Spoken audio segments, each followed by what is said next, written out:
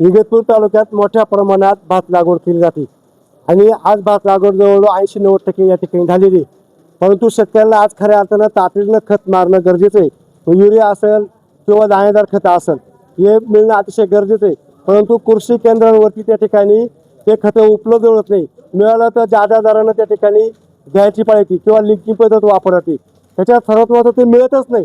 इगतपूर तालुक्यात आज खरेदी विक्री संघाच्या त्या ठिकाणी शासनाचा बंपर कोटा अतिशय 10,000 गुंठ त्या ठिकाणी पडलेला आहे. तर शासनाला आणि जिल्हाधिकारी या ठिकाणी तहसीलदार साहेबांना विनंती आहे का तो बंपर कोटा त्या ठिकाणी खुला करावा आणि तातडीनं आज गरज आहे शेतकऱ्यांना खत मारणं गरजेचं आहे. म्हणून तो खत खुलं करावा आणि शेतकऱ्याला योग्य भावा त्या ठिकाणी शासकीय दराने खत मिळवून द्यावा.